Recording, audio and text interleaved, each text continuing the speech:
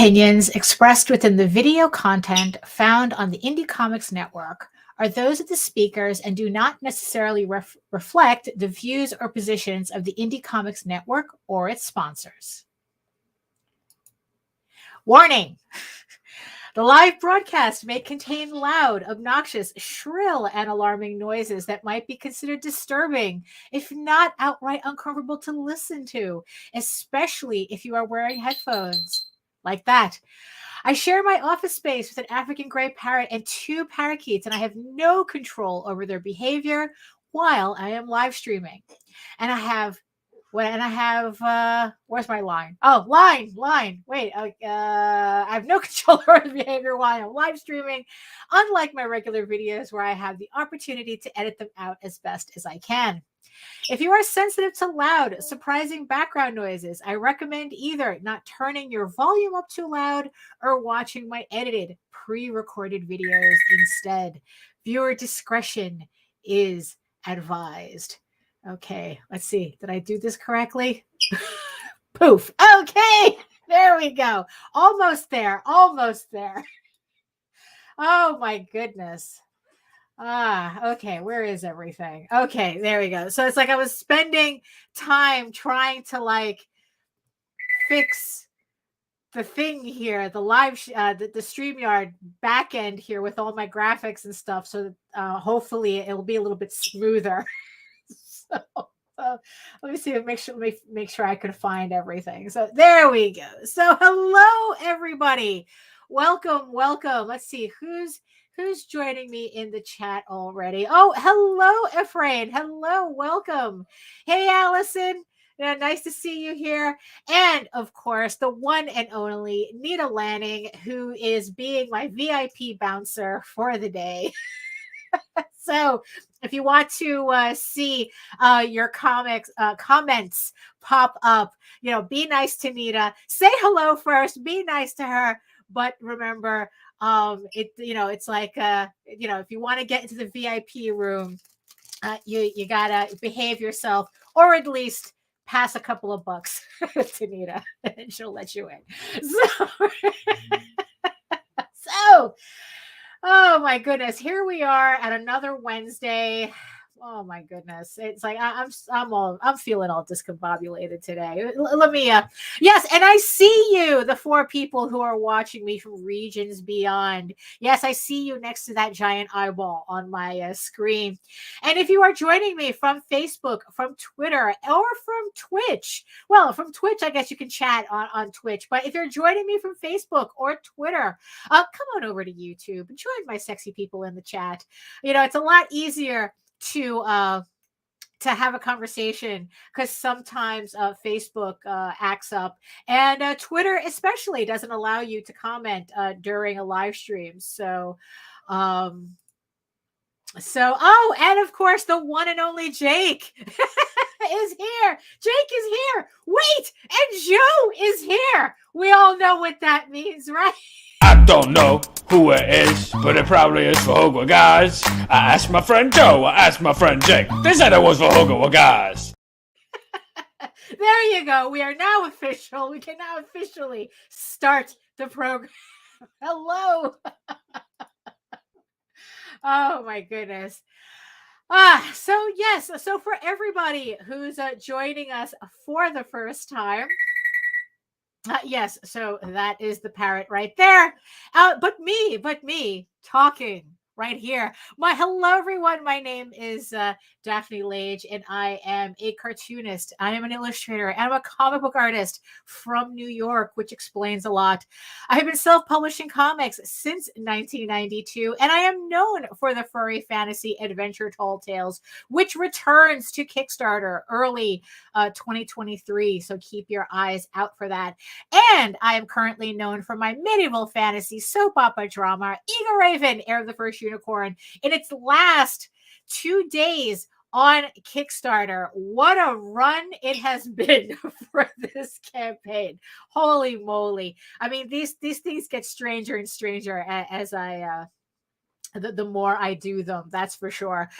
So yeah, so links to everything in the show notes below. But yes, Ego Raven has 2 more days on Kickstarter. So if you want to check that out, links in the show notes. Make sure you get your pledge in, because especially on Friday, me and Nina Lanning on the Rage Into the Vlogs show, we will be holding a raffle on Friday at when we start our show at 11 p.m. But the raffle will be, our show starts at 11 a.m. and but we'll do the raffle during the show to celebrate the end of the campaign. And I have some really, really nice goodies that I'm going to be giving away to everybody who pledge to a physical tier on the Ego Raven campaign. So make sure you check that out. And in the meantime, you can read both my comics online at Tall Tales, TAILS online.com, and egoworks.com,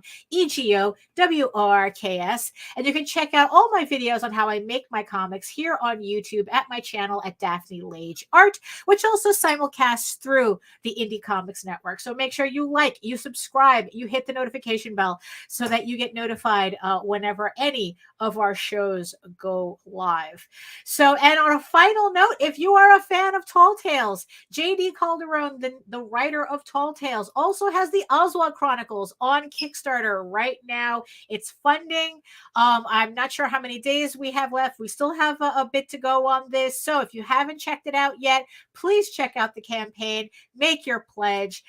Let's end the year on a right note for everybody. Thank you so much. And speaking of comics, because I figure I finally put this in. Yes, if you yourself are running a campaign for anything, really, make sure you save 10% on your next Gemini mailer order using our coupon code RAGIN10. I actually have to take advantage of that myself. I have to buy a crap ton of bags and boards for my next couple of campaigns, for our next couple of campaigns, because it's not like we stop using them.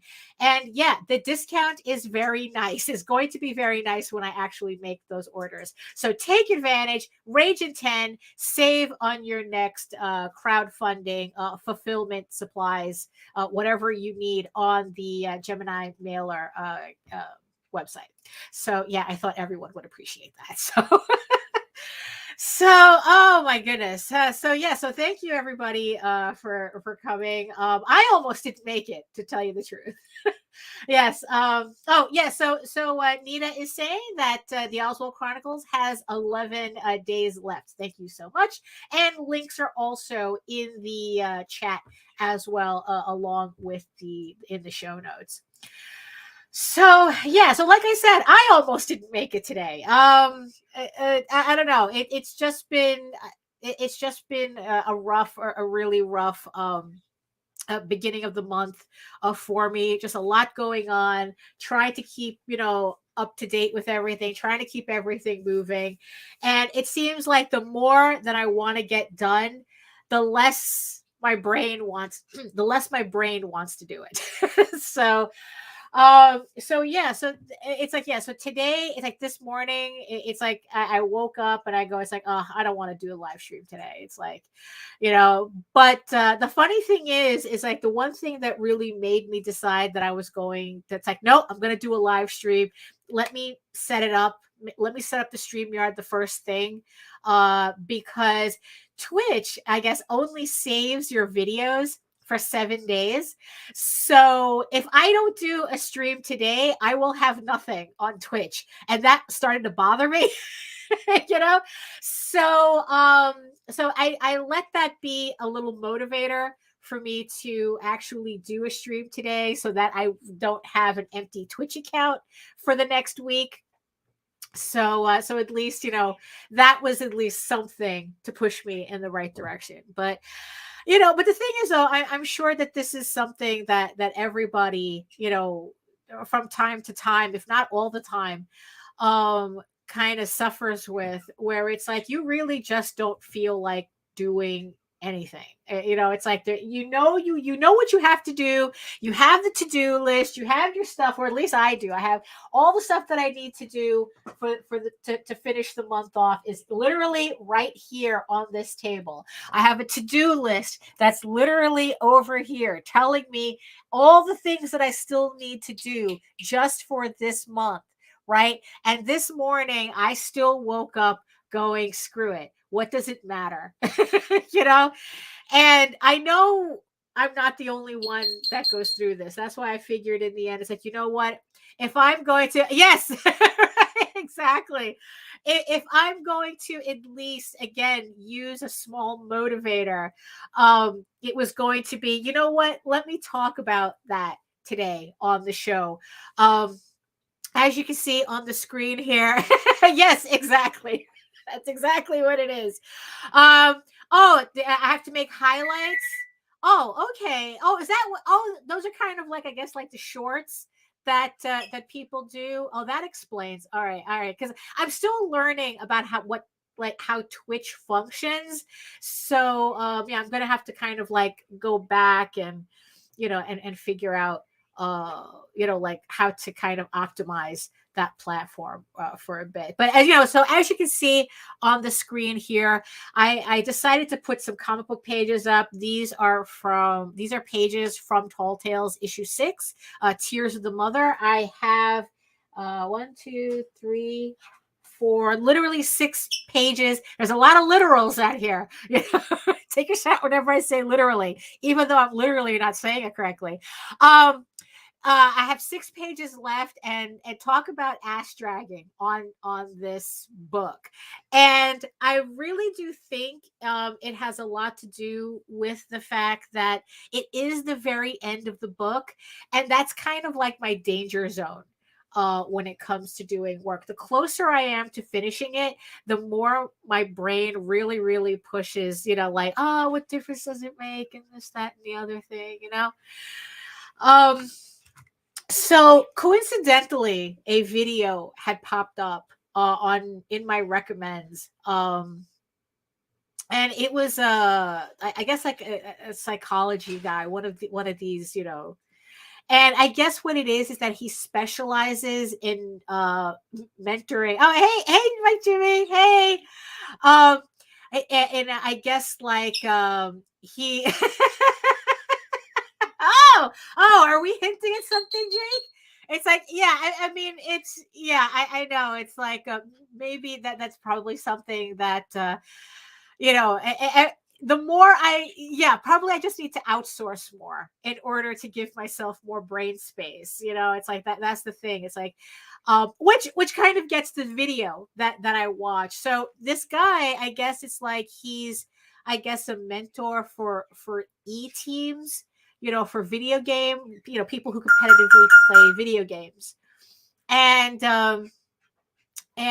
he was talking about like the one, like he was talking about like doing a survey on emotional states of, I guess, the people that he works with.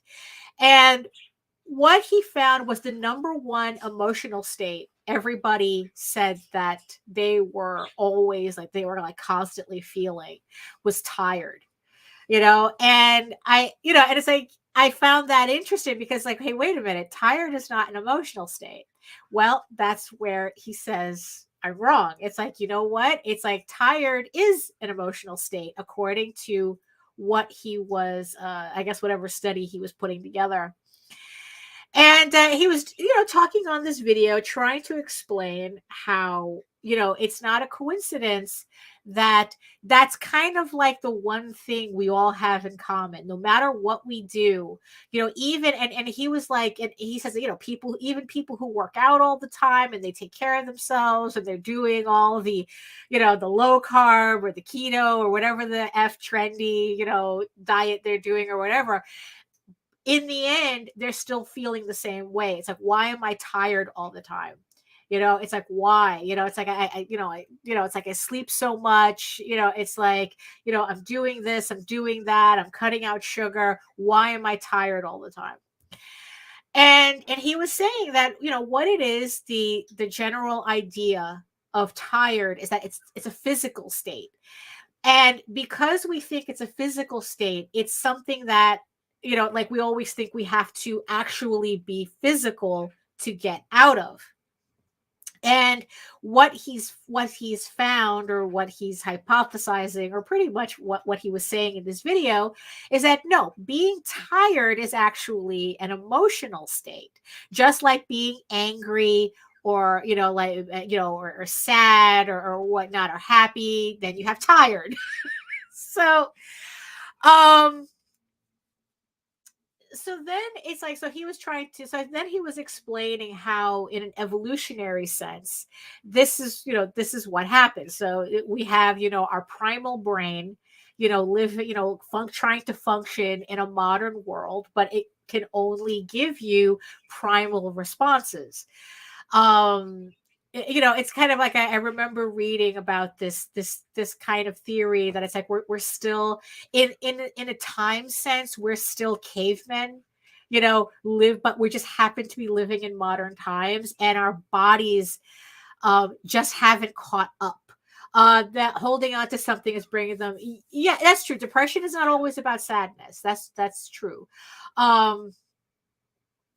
It's like I read someone in the comment section of that video saying that depression is kind of like the inability to do anything. Like you just can't do anything at all. So he was talking about, in an evolutionary sense, how it's like tired is what happens when a goal is so far off, and it looks like so not only daunting but useless. It's kind of like when you're about to do something you don't want to do. And what's funny is that, especially now, is like he mentioned doing your taxes, right? How it's like nobody likes doing their taxes. And what always happens, you're about to do your taxes, and all of a sudden you feel exhausted, right? You haven't even done anything yet, and you feel exhausted. And what he was explaining is that that's not a physical reaction to the taxes. It's a mental reaction. And what it is that it's your primal brain saying that there's no point to this. It's like, and so because this is going to take too long, because your brain is exaggerating how long something's going to take to do. And it's like, there's no point to it. So we're going to try to force you to save your energy to, so that when the saber-toothed tiger comes chasing you, we have the energy for that. So, but the thing is, though, we don't have to worry about saber-toothed tigers, right? I mean, last I checked, for all the weird animals that's been in this house, all I have is a one-eyed cat who doesn't know what to do with the rats that keep coming in and out of it. So that's the closest to a saber-toothed tiger I have. And yeah, it's nothing to worry about.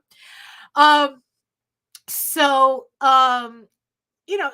what he's saying is that, so he's talking about like climbing Everest. It's like, you're thinking about climbing Everest. Why would you want to do that? It's so far, it'll take too long. And what's the point?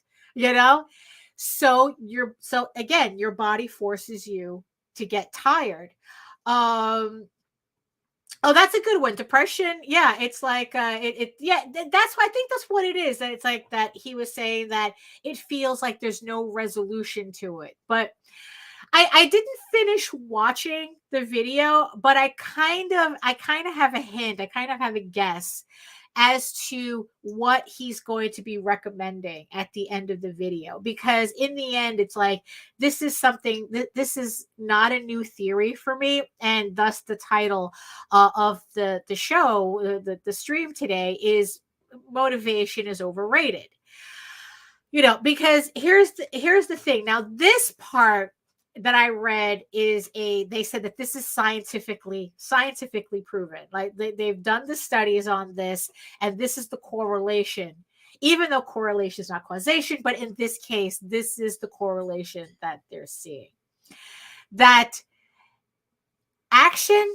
motivation follows action. And I'm pretty sure everyone's probably heard a variation of this before, right? And then it's like, it's like, oh, you're depressed, do something about it, right? It's like, oh, are you tired? Go do something, and oh, but I'm tired. How can I do something if I'm tired, But here's the catch, because the human body in all its spectacular glory is actually pretty stupid. So what happens is that in order for you to feel motivated, to actually have energy for what you claim you don't have energy to do, you have to actually do the thing. You have to actually get up and do the thing, so that the energy your brain is trying to convince you need to conserve is actually releases it. And it's like, no, we're going to do the thing. I need this energy. And then and the thing is that I'm sure everyone has noticed this, because this is happening to me as we speak right now, that the second you start doing that thing, you kind of get over that initial push, and it's like, okay, we're doing the thing. All of a sudden, you start feeling that energy coming, becoming available to do it. And then the next thing you know, you're actually doing it, right? Right. It's like, but that's the thing, though. We're not talking about a sleepy tired. That's the thing. Remember that. That's why you can go to sleep and still wake up tired, because you're still waking up to the things that your brain is telling you is useless to do. So that's why, that doesn't work. Sleeping doesn't exactly work. Like if you can, that whole thing was like, I don't understand. I sleep 14 hours a day and I'm still exhausted. It's because one has nothing to do with the other, technically. So yeah, so that was the thing. So it's like, so yeah, so Twitch became kind of like I said, a little mini motivator, that little push to kind of like, fine, we're going to do a video, because I don't want my OCD to kick in that I don't have a video on Twitch because I missed it today, because they delete the video after 7 days. So that kind of pushed me to make the Streamyard. And it's like, and once I made the Streamyard, it's like, okay, I'm committed, and then my brain started changing. That's like, okay, we're going to do a stream today. We have a stream today. We have to do a stream today, right. It's like, so the thing that I think that the when I finally watch the end of this video is what he's going to probably recommend is have these little motivators in the context of smaller bite-sized projects. Break up the larger project into smaller bite-sized sections, so that your brain can go, oh, okay, I can do that. It's the whole, how do you eat an elephant? How to eat an elephant a bite at a time. So that's kind of, so yes, I'm kind of expecting that to be the answer to this. It's like, yeah, it's like you have to, get the big, get the big thing that you have to do, break it into bite-sized pieces, and then only focus on those bite-sized pieces. And then before you know it, you actually finished your task. So, like I said, well, in my case, it's not that I have one big project as much as a whole bunch of little ones. I have a commission that I was happy that I got the okay on to continue. So at least, that's, and here's the thing, I was dragging my ass on doing everything on this table. But again, it's like, okay, I committed to doing this commission. Let me at least get the sketch out. Let me at least get the tighter, like the cleaner pencils out. And now that I'm looking, I mean, I still have to, tighten up these pencils. I'm not showing you the piece because it's not a piece that I can show on this show for several reasons. But at this point, it's like, okay, all I have to do is just put it in the little details that are missing, and then I can go ahead and start inking it. So it's like, okay, so I'm good with that. So it's like, so, and then it's like, again, like breaking up all these different projects. I have Tall Tales issue 6 to finish. I have the Eagle Raven short story that I have to finish.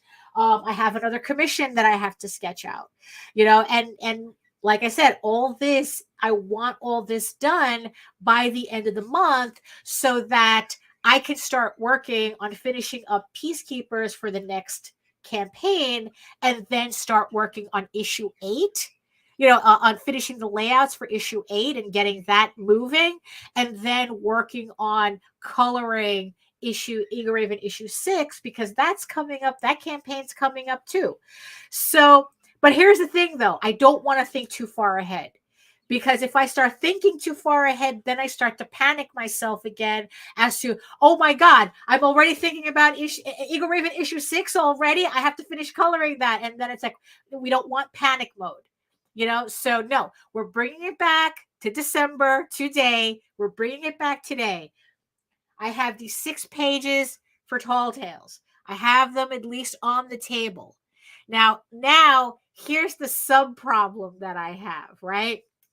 So I have this page that I'm working on that I'm dragging my ass on, right?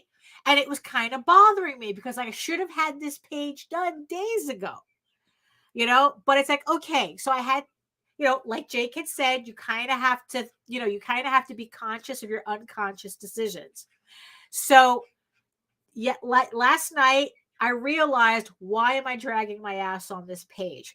And it's like, okay, because it has all these little noodly details that I really, really don't feel like doing.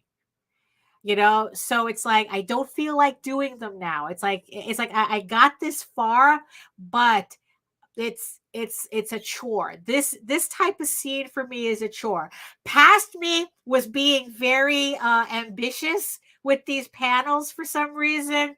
We were trying to do something, but today me was like, what the fuck were you thinking?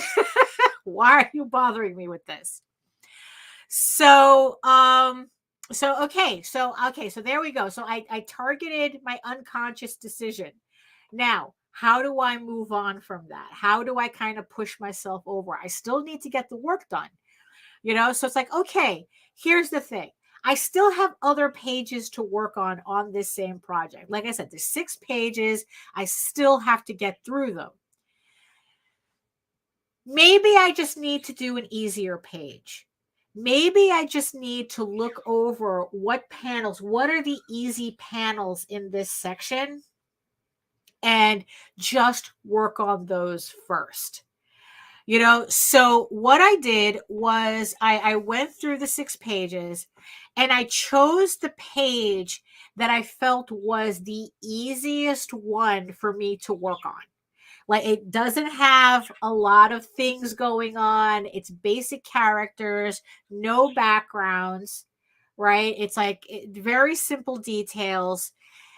And it's like, okay, so instead of the crowd scenes, that I have here, the story that's being told, I'm just going to work on the regular, on this easy page. And then what I'm going to do is that after that, I'm going to go back into the other pages and only do the easy panels first. I'm not going to be worrying about finishing a page. Yeah, but you got to be in the mood for them. I need, it's like, well, you see, and that's the thing. It's like, yeah, exactly. It's like, you see, the funny thing is that what I'm trying to do is I'm trying to build myself up until I have no choice to do to do these panels. So right now I can afford to have a mood because I have other things that I can jump to.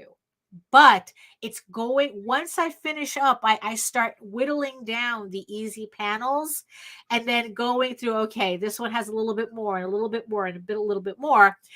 I'm going to be returning to these panels like going, okay, this is all I have left. And when I finish these panels, the book is done. So that's what I'm building myself. That's what I decided I'm going to build myself to.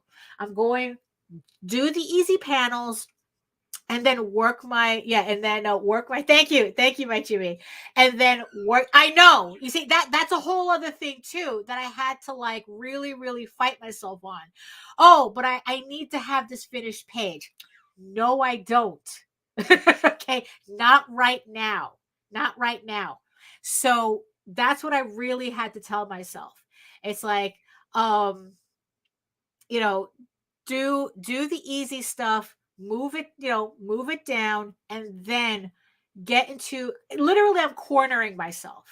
I mean, that's, I guess in the end, like, that's the strategy. That's the strategy. Keep it so easy until I corner myself and force myself to it's like, okay, I have to focus on this, and so that's my strategy. Well, but you see, but that's the thing, right? It's like, it's like, that's, you feel it's like in the end, but you're still doing something. That's the thing. You're still doing something. You're deciding, you're sketching. For the past couple of hours, actually for the past couple of days, I've been going back to these short stories that I'm re-editing for another Ego Raven collection. So these are short stories. I'm sure I've mentioned it. It's the kind of like the sister book to Cult of the Wolf Witch. It's Whispers to Eros, and it's a collection of short stories as opposed to being one big narrative. So I'm so I'm going through, so I've been going through these stories, these short stories. And that's the thing, that's why I guess I find them appealing right now, is that they're short. And I'm just like kind of editing them. I'm not really like focusing. It's like, okay, how is this story going to end? It's like, no, the story's done. The short story's done. I'm just editing them and just retooling them so that I well, technically in earnest, start putting together this second book.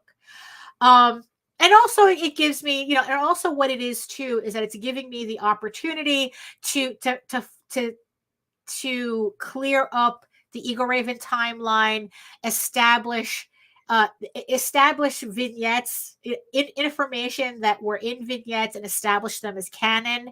So it's kind of like, so I'm putting together that, and it's like, I guess it's just a different thing to put my mind on, so, and then now that I'm on the live stream, it's like, okay, now it's like, it's like, you guys are not here to watch me write. You're here to watch me draw. So again, cornering myself so that it's like, okay, now we have to focus on actually working on these pages that I was kind of avoiding with the writing.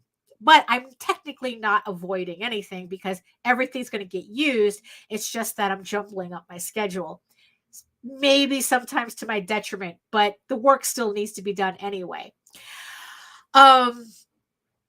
So that's kind of like my strategy, the strategy that I'm using right now. So yes, I had to get over the thing about finishing pages and worrying and just like, no, we're going to switching that to, we're doing the easy panels first. It's just like, because that way it's easier to get right. No, I put me in a corner. It's easier to build like consistent wins that way, even though they're small, because in the end, that's what you want to do. You kind of like create a snowball effect with the work that you're doing. And so that's what I'm establishing with these with these pages, that, okay, let's work on the easy panels and snowball our way so that we build that momentum, we unlock that energy. So by the time I'm back on this more complicated page, it's like, okay, fine, we're just doing it. It just becomes a mindless thing as opposed to a slog, right? So on that note, right, what I'm going to do is I'm going to run a couple of bumps. Oh, okay. All right. And I'm going to run a couple of bumps, and then um I'm going to oh, that's interesting. Okay. Oh, all right. Well, we'll worry about it later. We'll worry about it later. And yeah, and then I'm going to switch over, and then we're going to get to work. So let me find. Okay, let me find my vids. Right. Oh, there we are. Okay. It's like I try to make things easier, and then I have to get used to what I just did to make it easier. So there we have it. So yeah, so that's what I'm gonna do. Run some bumps. I'll be right back, and then we'll get to work.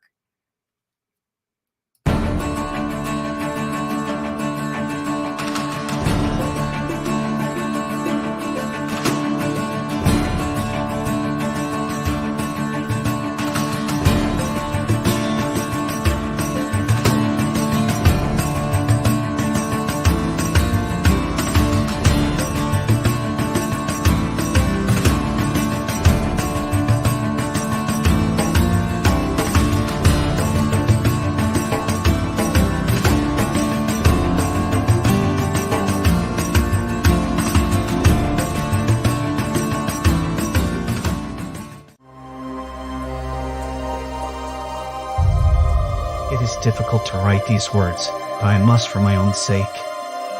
I have done, seen, and been part of many things in my life.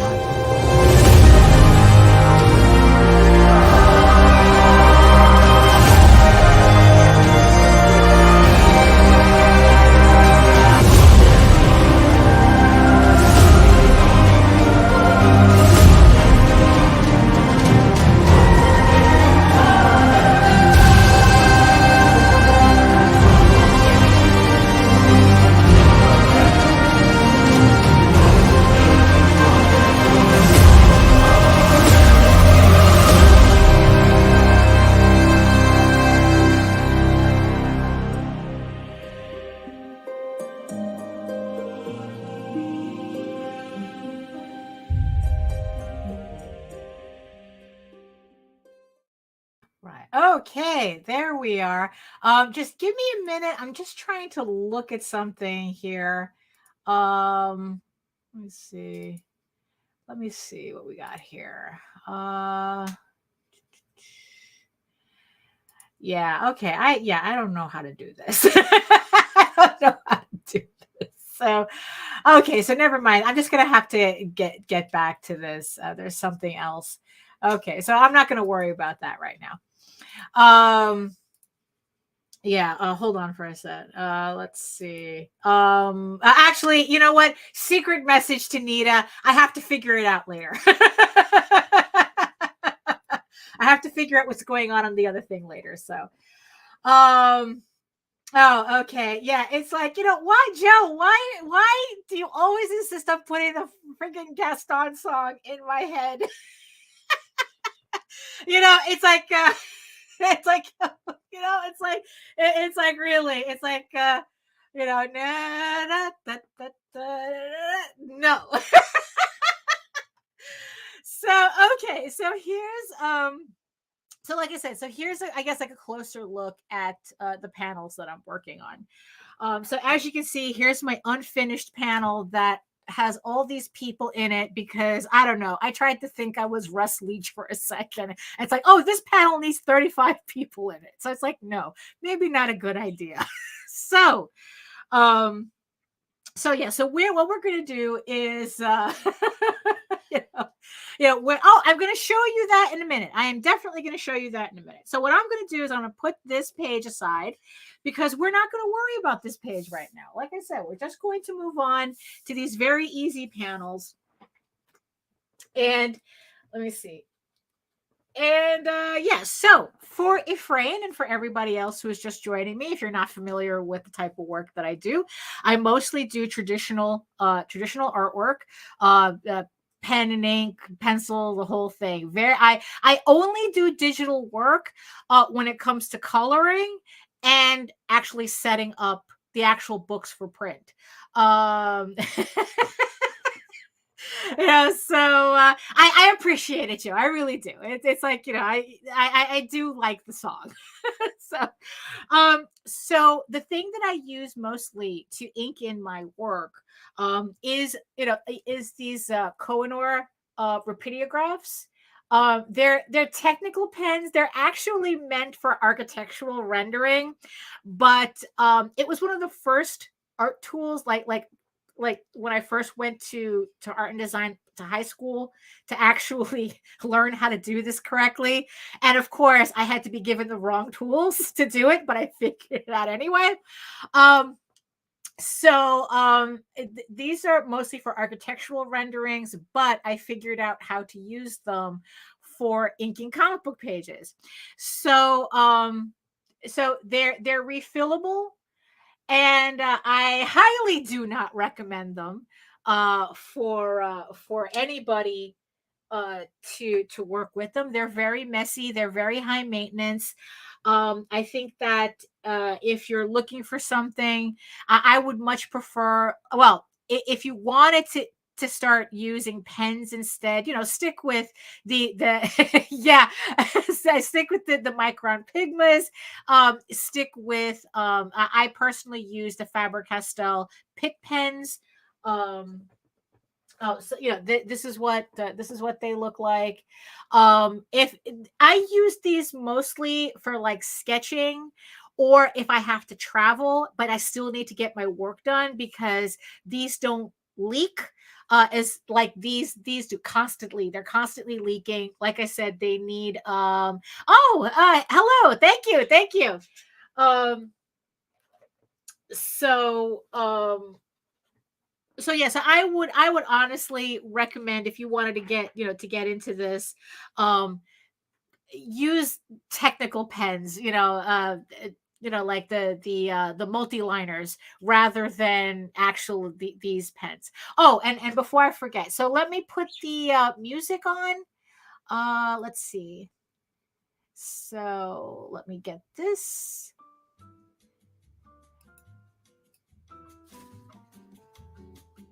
Oh yes, the new theme song for the.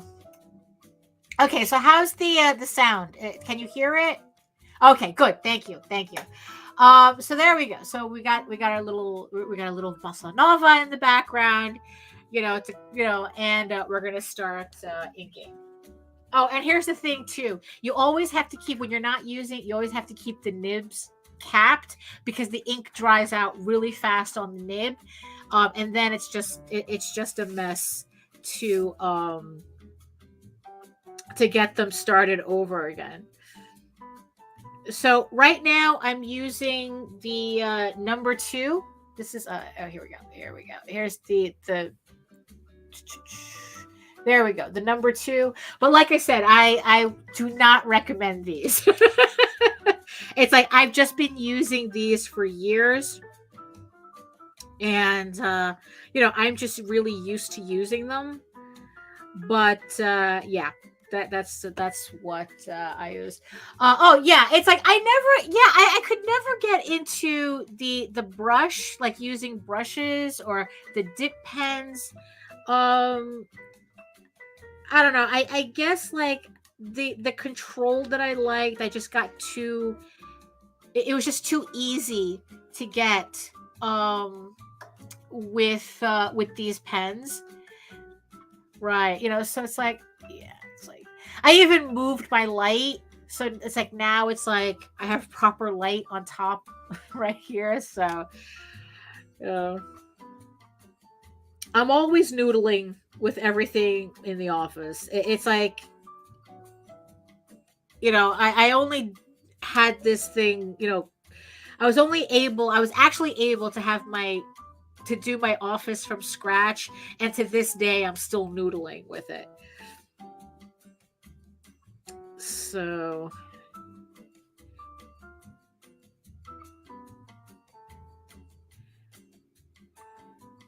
yeah, so that's so the thing is that I can never it's like I've been having problems getting the chat to work in OBS again. I'm having issues with that again. So so I'm going to be kind of like doing the lean, right? Or if there is a question that seems like that you guys want me to answer, Nita will put it on the screen and I'll see it on the screen that's in front of me right now. So I don't have to do the lead. So yeah, so if you have a question you want me to or you just have something that you want me to talk about, yeah, just put it up, and Nita will put it up for me to see it. So yeah, so in the meantime, I'll just continue inking here. And yeah, just like we pretty much we're talking about, it's like, okay, now it just feels easier to get this done. It's like, yeah, it's like you just force your way. It's like, yeah, and that's the thing too. I know that the idea of being told, oh, for fuck's sake, just do it, it's kind of rude.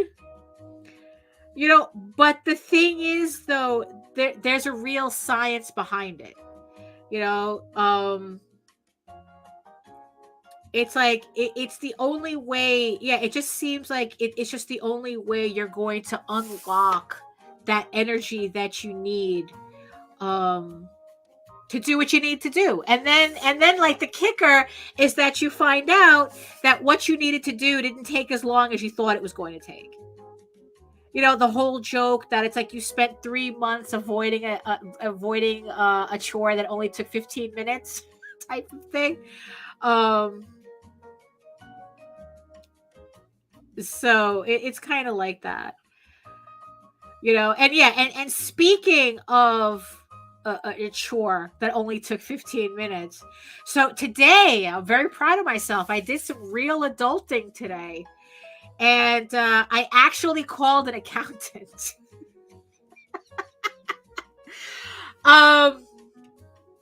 What is it? It's like this. What's funny is that this has been an accountant that I've had like saved for like, I don't know, like for about 10 years. Oh, there we go. Oh, okay. Oh, you use a crow quill. Yeah. Oh, so look at it like this. I have to turn my head anyway because, like an idiot, I just remembered OBS is on this screen, Streamyard is on that screen. So when she brings up the comments, I still have to turn my head. So luckily, I have pretty good peripheral vision. So when I see something flash in the corner, I know she's bringing up. You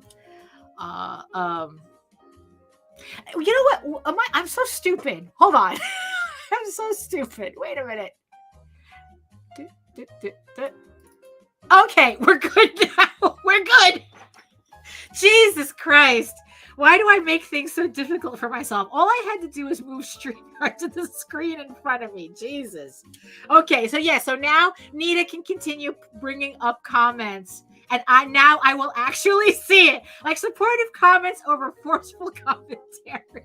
There we go. I can actually see it.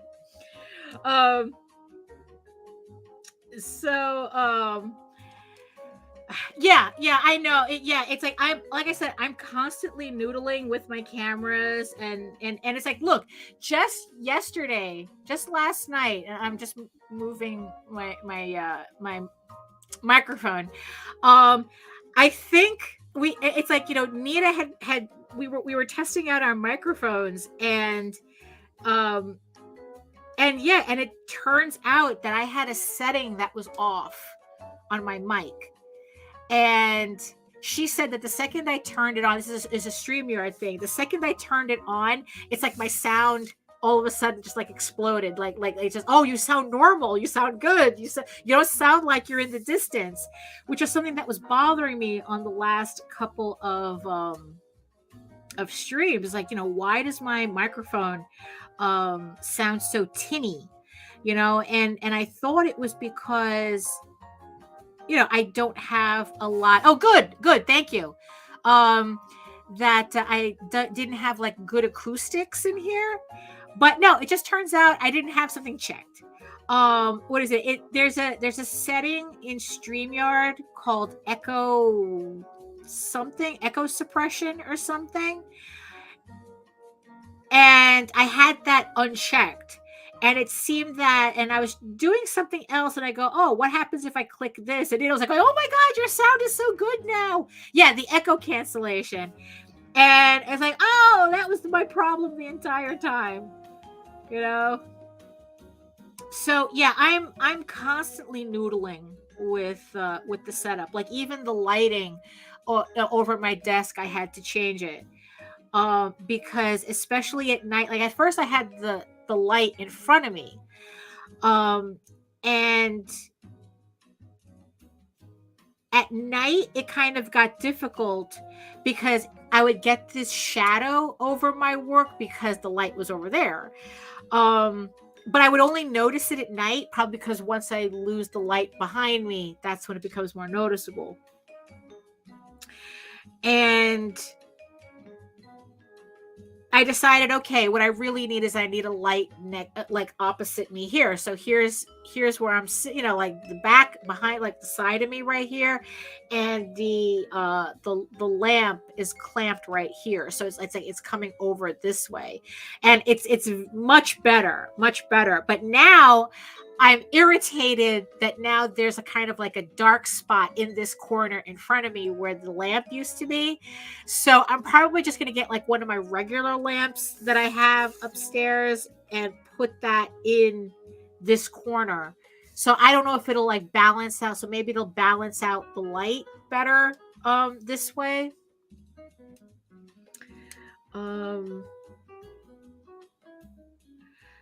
So yeah, I'm constantly noodling,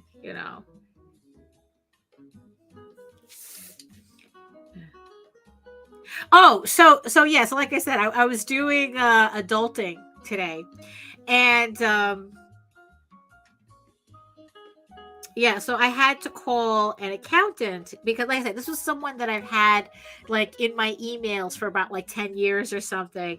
And I go, oh, if I ever needed an accountant, because usually I do it myself. I do my taxes myself on TurboTax. But I guess they changed the laws, some of the tax regulations, or it went into effect this year or something, that if you make more than $600, you have to declare it. And so yeah, so especially with the way my last Kickstarters have been performing, especially the volume 1 trade paperback, I go, damn, it's like I'm gonna have to do this seriously. I mean, it's like, look, I almost had a campaign reach 10,000, so it's like I gotta, I really gotta do something serious about that, So now the thing is, though, going back to the topic, I was kind of procrastinating. I have been procrastinating for the last 3 months to call this, to call the accountant. I was about to say attorney, accountant, to call the accountant. And I was like, I'll do it later. It's like, I don't know. It's like, the thing, it's like, if only there was a way I could just text them, can I just text the accountant, So yesterday I decided that it's like, okay, you know what? It's like, it's like, I really want to take care of this. I really want to take care of this. Let's just finally do it. That's me talking to myself. Right. And I called, so yesterday I called, left a message, said that I needed somebody who specialized in graphic design and freelance and that way, and knew what crowdfunding was, because that was going to be important. And this morning they called me back. We talked a bit. The accountant, I didn't have to explain what Kickstarter was. She knew already what it was. She understood completely what I needed, what I was looking for. And it's like, oh, there we go. So now I just have to wait for her to call me back. not to call me back, to email me, so that I can send her the information that she needs to get the process started, and then I can be officially an adult once it's done.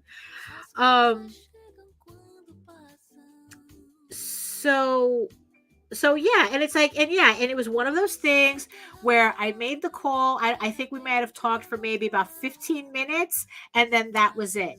Now the rest is just me looking through, going through all my receipts, making sure everything is listed and accounted for, because it's like, you know what? If I'm going to pay for an accountant, I'm getting as much stuff as I can deducted from what I'm doing, and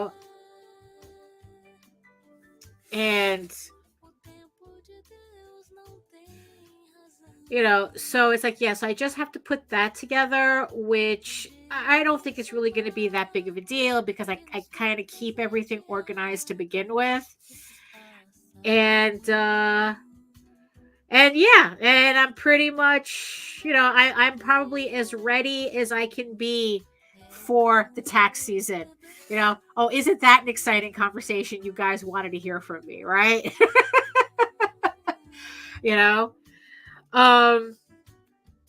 But you know what? That's the reality of what we do, right? I mean, nothing's certain in life than death and taxes, right? I think that might have been Benjamin Franklin, maybe, that said that,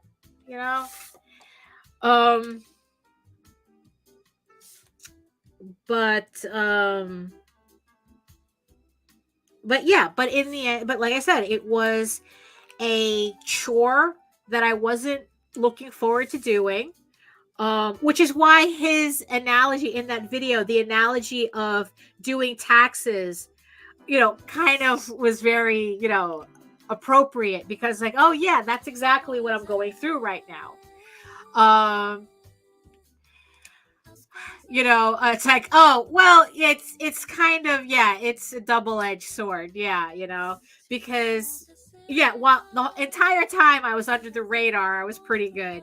Now it's like, okay, all right, I'm making money now. It's like, because you know what it is? It's like, we're making money to get noticed by the IRS, but not enough money to kind of make it worth it, make it worth being noticed by the IRS. I mean, that's probably what it is. So back to the type of inking that I do. So as you can see, as I need to like build up the inks on the piece, I'm using different pens that get like thicker as I need them. So this one, now we're on a 4 point. We're on a, well, it's 4. Where's my thing here? 4. And this is my largest pen that I use, and it's like, that's how I build up the inks on the piece, as you can see here.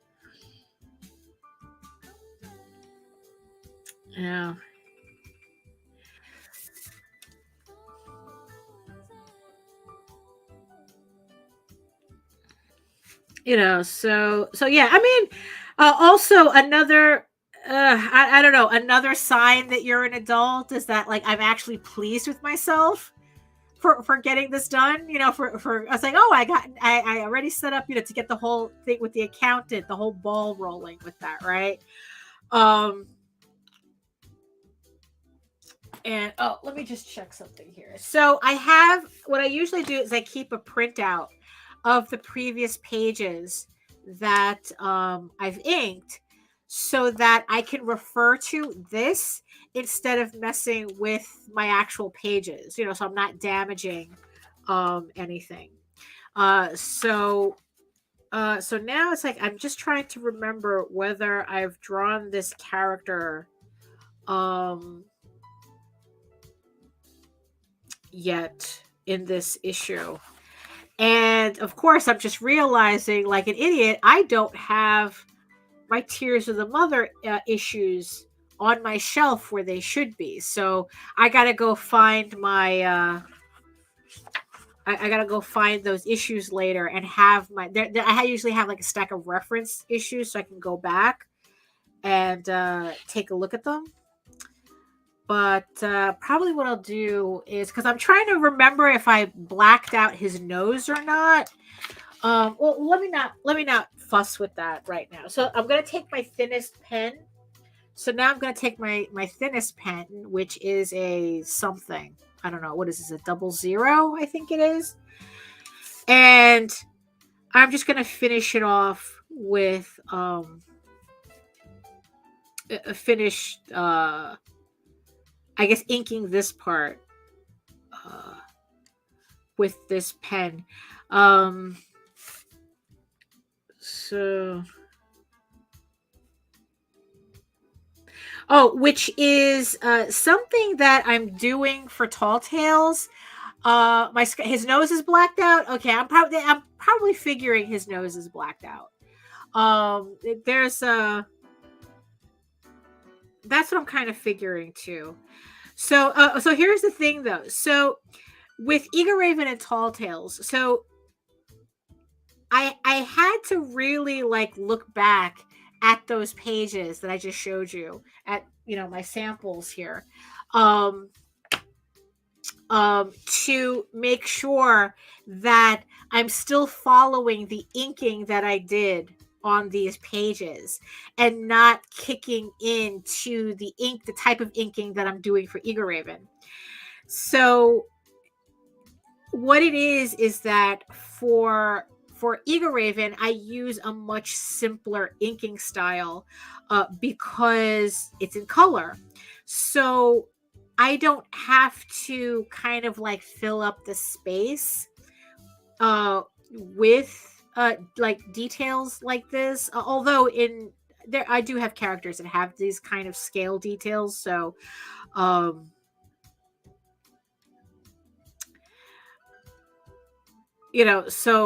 but the thing is that like in general, I'm not like completely like if I were inking this for EGORAVEN, like all these really thin lines here wouldn't be here. I mean, this is kind of like just one step further, because it's black and white as opposed to being in color. And also I use a lot more bolder lines on EGORAVEN. So when I decided I was going to go back to inking these pages, these Tall Tales pages, I really had to look through this and go, okay, what detail did I put in? Like, you see this chair here? Like this chair, this table, the way that looks, in EGORAVEN, none of that detail would be there. It would just be blank. It would just be white, and then the color would make up for it. I wouldn't have this texture here. So, yeah, so let's black out that nose. Because it's like I want to keep the consistency on these last 6 pages. Yes, Tall Tales is black and white. Right as of right now, Tall Tales is pretty much going to remain black and white until I complete this storyline. We are toying around with the idea of having it colored, but not anytime soon. Because it's just not something. So we're just going to like finish it up in black and white, and then probably in the future it's like we'll revisit it if it needs, but EGORAVEN, when I started doing EGORAVEN 2 years ago, remastering it pretty much, I made the decision that if I was going to go through all that trouble, it was going to be in color. I just wanted to start it right off the bat. So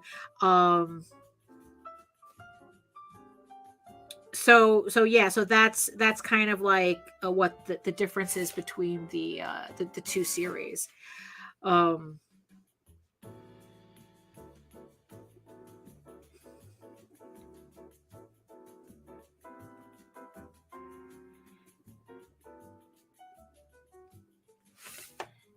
And then it's like what always makes me laugh about that is that like for the longest time, I mean, it's like, remember, we started doing this and, in the 90s, and, color was never on the table for, oh yeah, you see that's where I got a lot of the influence from the Conan, from those Conan books, the Conan, it's like the Barry Windsor Smith and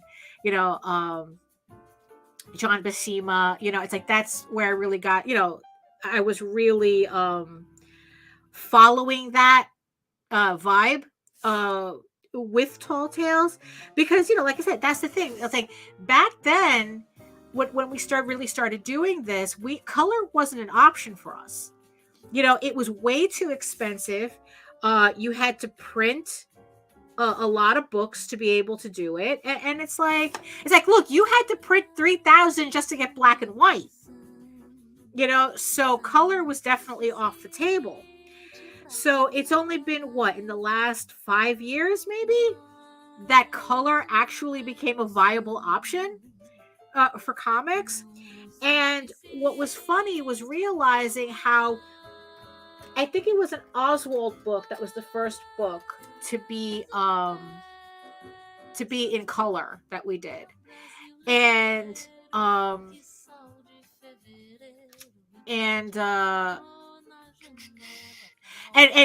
it's like, and we just did it, and it's like just one day we woke up and we had a color book and we didn't even think about it. And when it finally hit me, I was like, it's like if this was like a couple of years before, we would have made such a big deal about the book putting out a color book. It's like, oh my God, our first color book and whatnot. And instead we just went to a printer, got color books, and that was it. It was like not even we didn't even blink. And it was just it was just really funny to think about. It's like we waited all these years to be able to do color, and then we finally do color and we're not even thinking about it. No, I agree, Allison. Color, you would think for the amount of manga that sells in the marketplace, you would think that black and white would be more accepted, but it's not. Black and white books are a very tough sell. I mean, I don't know if that has to do with the fact that, well, unless you are literally doing a manga, like a manga style book, that people don't accept it in color. I mean, don't accept it in black and white. Like if you're doing like the big tomes, the big collections, the volumes, it's like, then that's okay. But if you're doing like a floppy, it's like it has to be in color, or a collection. Like, yeah, it's kind of, it's kind of weird how specific that trend is. But I mean, we were talking about that on the previous stream last week. I think it was on the previous show. I don't remember. It's like I remember on one of the shows. I do too many shows. No, I don't. I don't do too many shows. I just do a lot of them. And I don't remember if it was on one of the Raging vlogs or if it was on my last stream. But it's like, what you get for $19 in a manga as opposed to what you get for $20 on an average Kickstarter is ridiculous. Like, it's no comparison.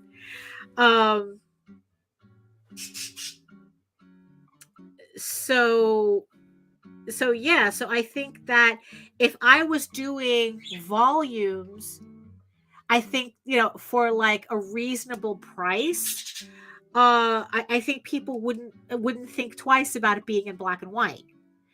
And I was kind of like toying with the format the other day for Tall Tales, where it's like, okay, what if I could put it together in a less expensive format that's manga sized, and because I already have like a hardcover.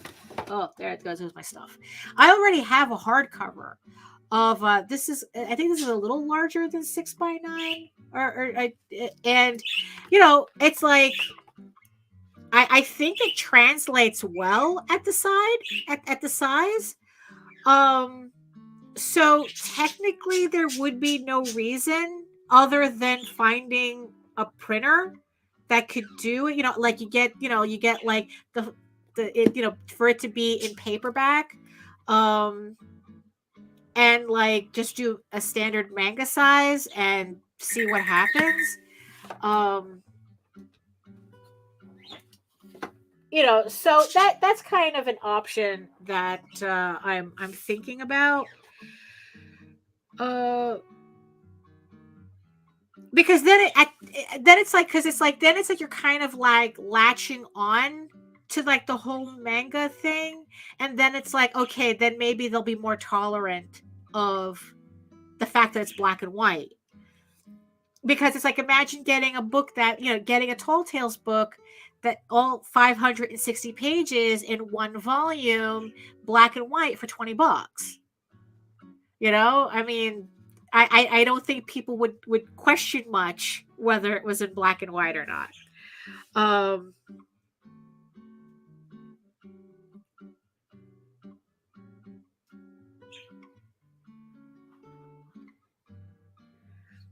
So that's kind of hey Larry. Hey Larry, yes, the bird is there. Oh, this was, look, and it just to show you what this is, why I have the disclaimer for the bird, right, for the parrot.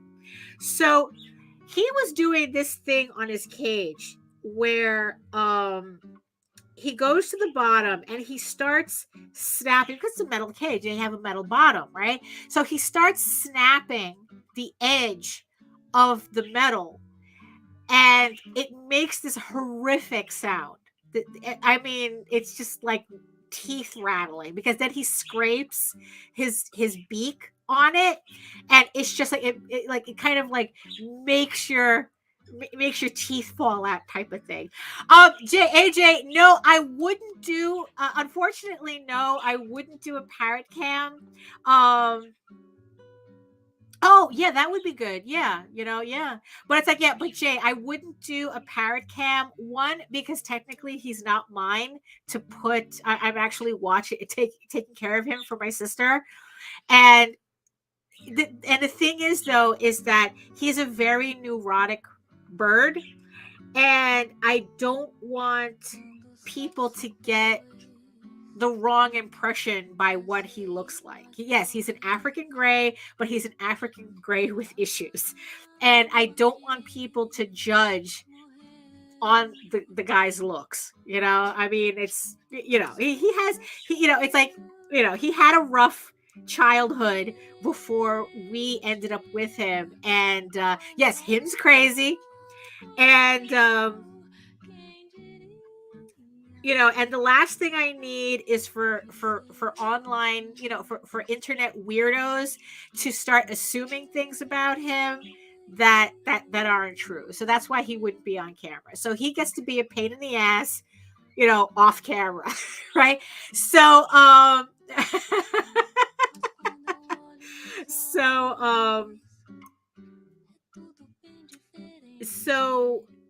so he was making this scraping noise, because the thing is, though, he loves obnoxious noises. The more obnoxious the noise, the better. That's why he loves, garbage trucks and smoke detectors and all this stuff. Oh, and disgusting noises too. Because when my sister lived in Florida, she used to live in a building, and he had an outdoor cage.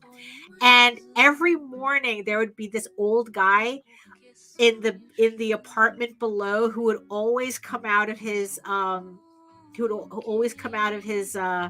his apartment every morning to hawk loogies over his balcony. Disgusting, absolutely disgusting.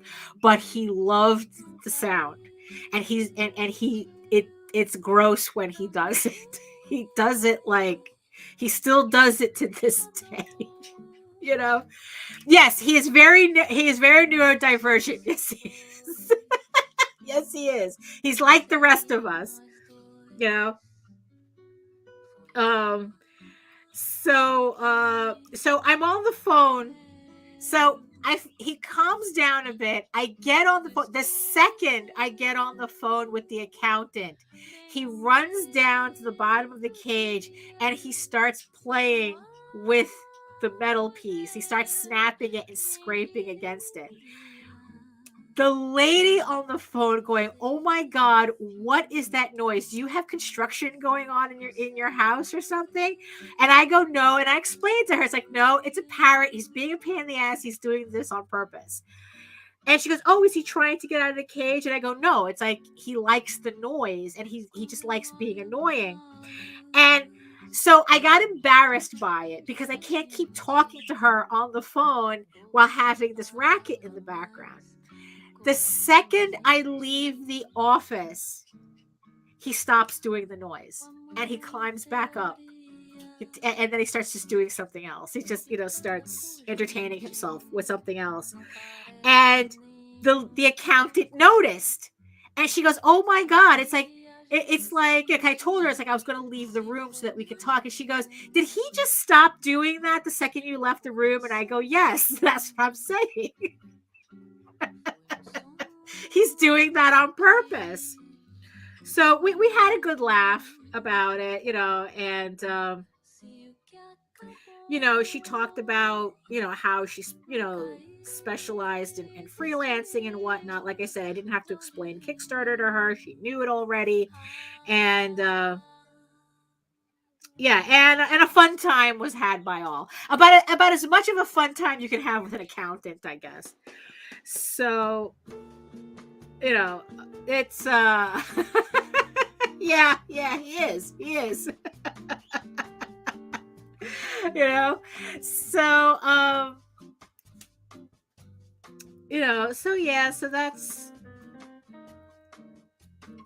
so that's what's so in the end, that's why I do not have a bird cam. You just get to listen to him in all his glory. Oh yeah, no, I'm sure they would. Yeah, no, luckily the cat that I have is afraid of him, so he doesn't bother. They don't bother each other. Although, so that works out for me as well. Yeah. Because the cat is, and here's the thing, just to show you how much he does this on purpose. So the cat, for some reason, is extremely sensitive to loud noises. He doesn't like it at all. Any loud noise, and he runs out of the room. He goes upstairs to hide. If there's like any particular, he hates every noise that the parrot likes, the cat hates. So, what happened is that, no. Well, luckily I never had the IRS actually talk to me. So, I'm hoping they continue to not love me. So the parrot figured this out, that if he did particular loud noises, the cat would leave the office. So when the cat comes in the office and the parrot is feeling rather cheeky, or he just doesn't want the cat in the office, he'll start he'll take he has these paper bags that he plays with, and he starts shaking them violently against the cage, which is enough to get the cat to run out of the room. And then once the cat is out of the room, he lets the paper go, and then he goes do something else. So don't tell me this isn't on purpose. So yeah, that's so he knows exactly what he's doing. No,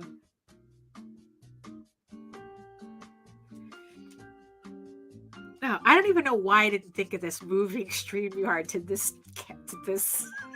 Although I have to admit, though, the Cintiq has, so I'm using a Cintiq as a second monitor, and I'm a little surprised at how dull the colors are on the Cintiq, like how much darker, like it turns like a couple of shades darker the entire screen, and I never noticed that until I just moved the Streamyard tab over to here so I can see everything.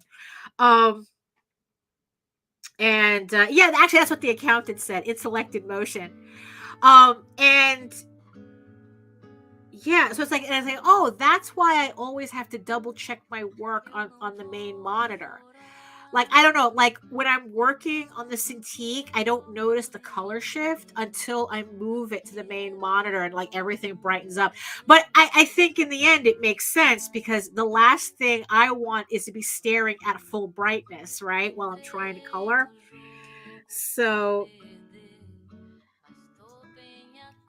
yeah, so I guess in the end that that makes complete sense as to why that is. I just never noticed it before until now.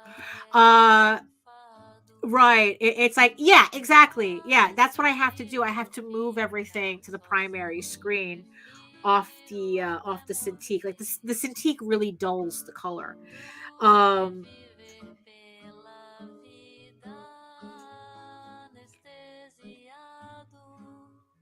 Let me just put in these teeth here.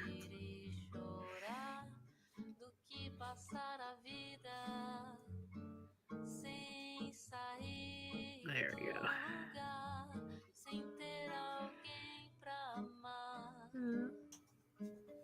There we go.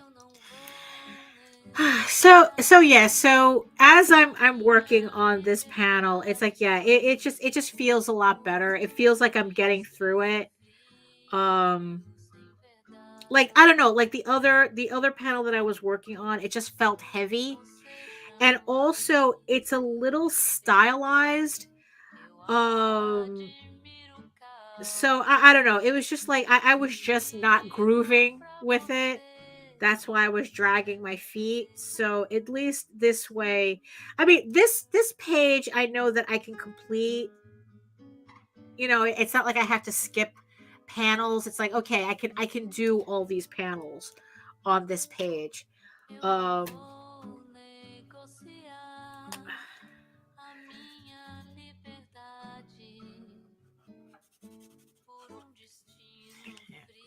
so let me put the other. Get this.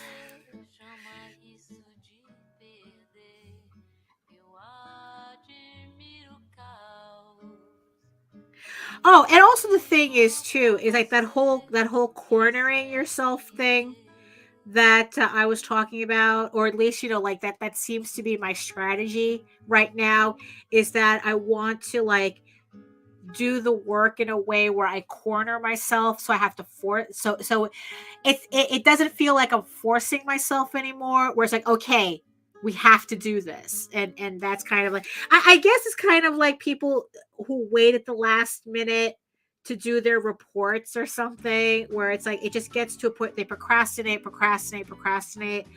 um until there's no choice, and then all of a sudden they can just do it. I'm guessing it's probably the same. I guess the same thing that's happening, because that's, now that I'm thinking about it, that's probably what I'm attempting to set up with my schedule for next year, for 2023. I keep saying next year when it's like in a couple of weeks, pretty much. I mean, that's crazy. So yeah, so in a couple of weeks, it'll be 2023. And yeah, and just trying to, really like get my schedule for all the Kickstarters and all the books that I have to do locked in. And after explaining my yeah yeah, look, I don't like it either. And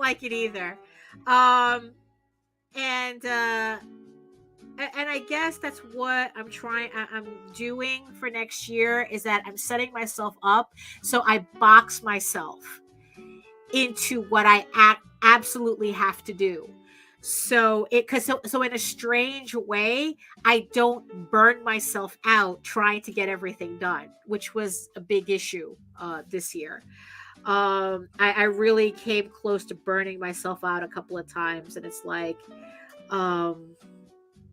again, consistency. Whenever you want, Allison, whenever you want, you know. So I'm always happy to do covers. I like doing covers. Yeah.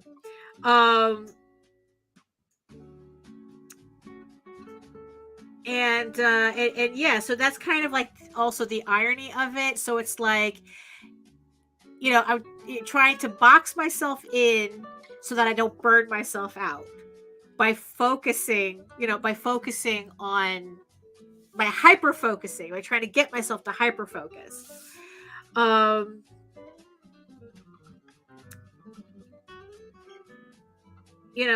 it's like now it's just to see if it'll work. Thank you. Yes. Yeah, now I just have to see if it works the way I think it will. My schedule. Because part of it is pretty much not working on a book until about a month. Not like finishing up a book until about a month before it goes live. I think what it is, in my attempt of trying to do so much so far in advance, I was tripping myself up. So, actually, let's see, if I do this, okay.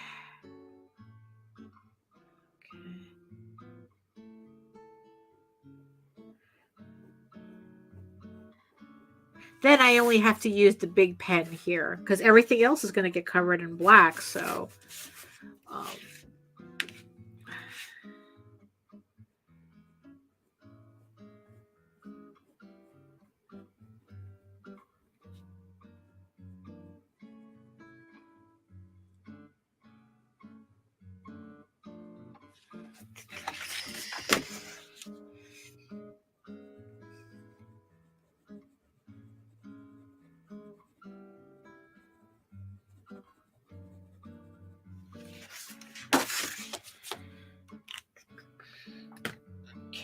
let me do the small details first.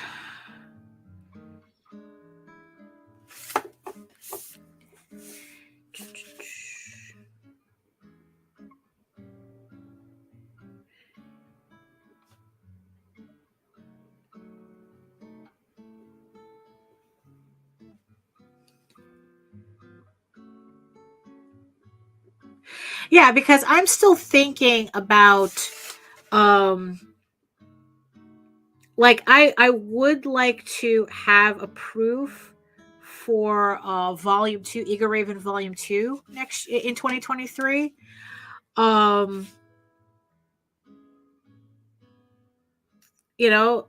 it's like I think that in and of itself is going to push me to really you see this is why I don't recommend these pens for anybody. Like, I'm used to this. I'm used to this. And also the trick is not to get the ink, smeared on the artwork.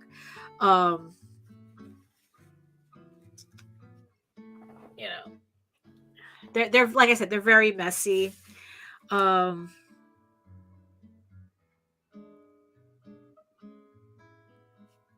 yeah, so it's like I want to get, the volume 2 proofed.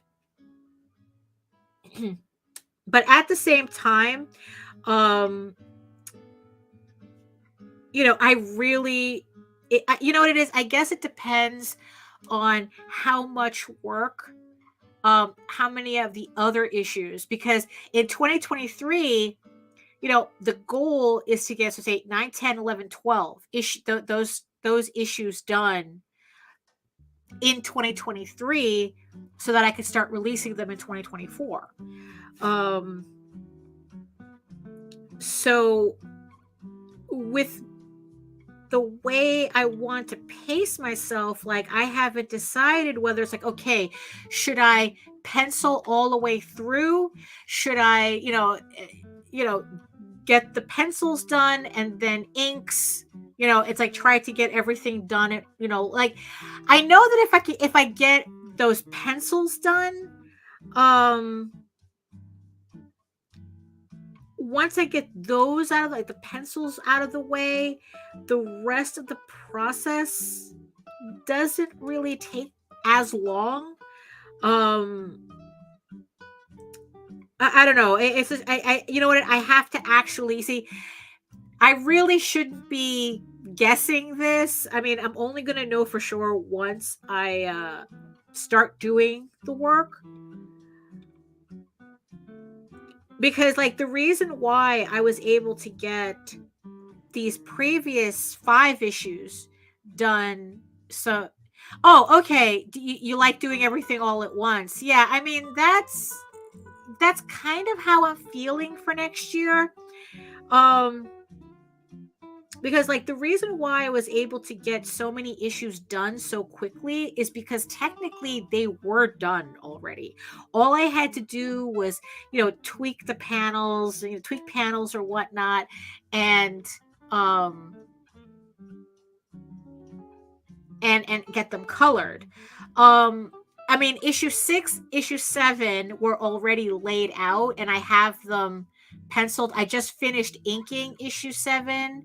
So technically they're all flatted. I just have to color 6 and 7. And then 8, I'm still working on the layouts for. So, I mean, honestly, the layouts is part of something that I want to finish this month as well, so that I could start penciling the pages in January. Actually, I just reminded myself that was on the schedule. You know what it is? I think what I have to do is because another thing that kind of works for me, Kaizen. You okay? So I'll keep that in mind. Kaizen. That sounds familiar. Yeah, Kaizen sounds familiar. So yeah, I'll definitely look that up. Because now you got my curiosity going. Let's see. So yeah, so I just haven't yet decided yet like what I'm actually going to be able to accomplish.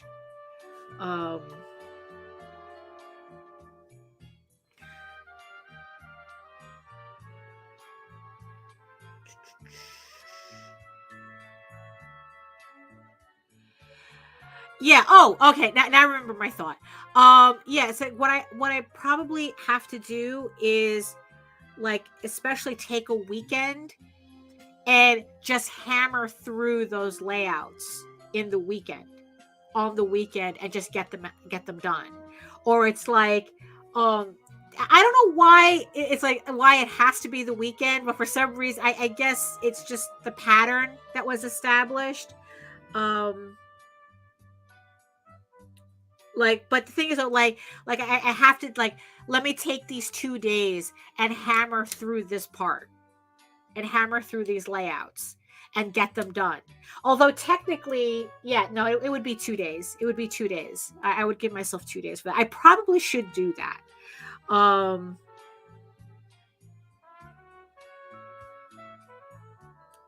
Just like, technically with this inking, like in a weekend, if I just inked everything, like laid down the base inks with the number 2, not worried about, don't worry about anything else but that, I probably could get these 6 pages done in a weekend. Because I've done it before. I guess it's that whole breaking down the tasks thing. Just like with the Ego Raven story that I have, the short, that's like, I know that if I spent 2 days just hammering it, I can get it like sketched out, the last 6 pages sketched out. And on index cards, yeah, you see, I was using a notebook to do my layouts at one point, and now I kind of I built my own, like I did my own kind of like special notebook with I printed out the blue lines, like they're in proportion to the pages, but they're 8.5 by 11. Actually, let me fill out these black areas, and I'll actually show it. And so it's like I'm drawing on pretty much in proportion to the pages, and then what I do is that I scan them in, I put them in a template that's 11 by 17, and then I print out those sketches at 11 by 17, and then like depending I do them as blue line. I convert them to blue line and then print them on the actual board that the actual paper that I'm going to be using, and then I just fill in. I just pencil over those layouts that are printed on the paper. So let me just fill this in, and I'll show you what that looks like.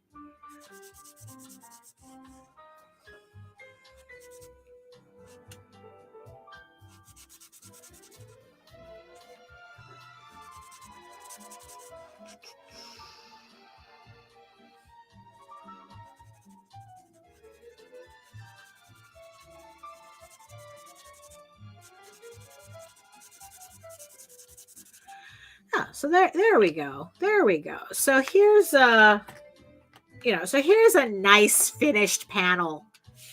There we go. I didn't feel like I was slogging through it. I didn't feel like I had to. It's like I just like, okay, easy panel. Let's get through it. And guess what? We got through it. So there's my one panel. But and of course I'm going to continue the page, but I just want to show what I have laid out here. So this so this is a binder that I put together for my Ego Raven layouts. So what I have here, so this is my script for the series, so it's for the entire series. So everything starts off as these tiny thumbnails, literal thumbnails on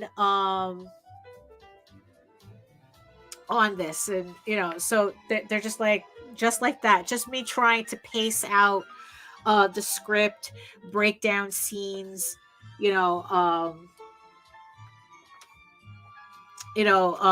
just get the kind of like the overall feel for it. And so once I break it down this way, then I have these pages that, like I said, they're the actual template that I use for my large pages. So the template that you see here on this page is now on 8.5 by 11, right? So it's in proportion, except now it's in a more, convenient setup. And then I take my thumbnails, I take these that I have on the script, and then I start, I kind of redraw them on, because these are just shapes. They don't mean anything. They're not even in proportion to anything. So I take that as a reference, and then I redraw those thumbnails into these proper these layouts that I have here. So the pages are broken up exactly the way that I want on the actual pages. And then what I'll do is, hold on, I just want to make sure there's no spoilers. because this is a very spoilery issue. So then what I do is then I scan these in, and then I'm going to enlarge these on the board. So I'll enlarge them on the board to this size, right? And if you can kind of, I guess if you kind of squint or something, so you can kind of see the squiggle underneath. Now these layouts are really rough that I did for Tall Tales, that I sketched in, but for Ego Raven they're a little bit more tighter, so it'll be easier for me to pencil. So, but the idea is that I convert these to blue line, and then I print them out on the board, and then I tighten the pencils where I need to. Well, I just tighten the pencils. That's pretty much. I mean, these layouts are pretty good, but I wouldn't ink directly on them. I would still really like put in how it's going to look, tighten them up so that when I ink, it's literally the equivalent of tracing, because then it's like, again, it's kind of like creating an environment where I'm trying to keep my mind out of it as much as possible. Creating pages. So you see the pencils here. So all I'm doing is just tracing over my lines. So I don't have to think about it. If I try to ink like this, which I used to do, it's very stressful. I'm kind of making it up as I go along, and I'm not as confident with that now as I used to be. I'd rather do the tight pencils and know for certain where my lines are going to go than kind of look at these sketches and, fake it. But I don't like, I don't do that anymore. I don't do that anymore. So that's kind of like how I'm working right now. But yeah, it's like, so as you can see, I have all these blank pages. What do I have here? So I have, here's all my blanks for issue 8. So it's pretty much, that's what it looks like. And then I take the layout and convert it. So I have here, I think I have up until issue 10. So I have enough pages in here to do up to issue 10. And then, just keep working. And at least this way, if I need to take it somewhere, I can, if I need to work someplace, I could just take it. Layouts are, I don't know, layouts are probably, if I needed to travel, but I needed to work, layouts are probably the best thing for me to do to take. So in this, like this, it's like I couldn't get any easier for me, and then it's like I go somewhere and then I could just spend the time penciling layouts for the script, so that's what I do. Now let me get some water here. So it's like, yeah, I'm constantly, like I said, I'm constantly noodling.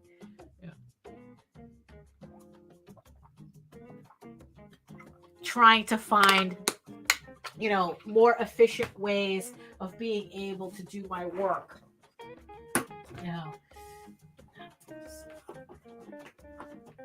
There we go. Okay. There we go. Yeah. So let's see.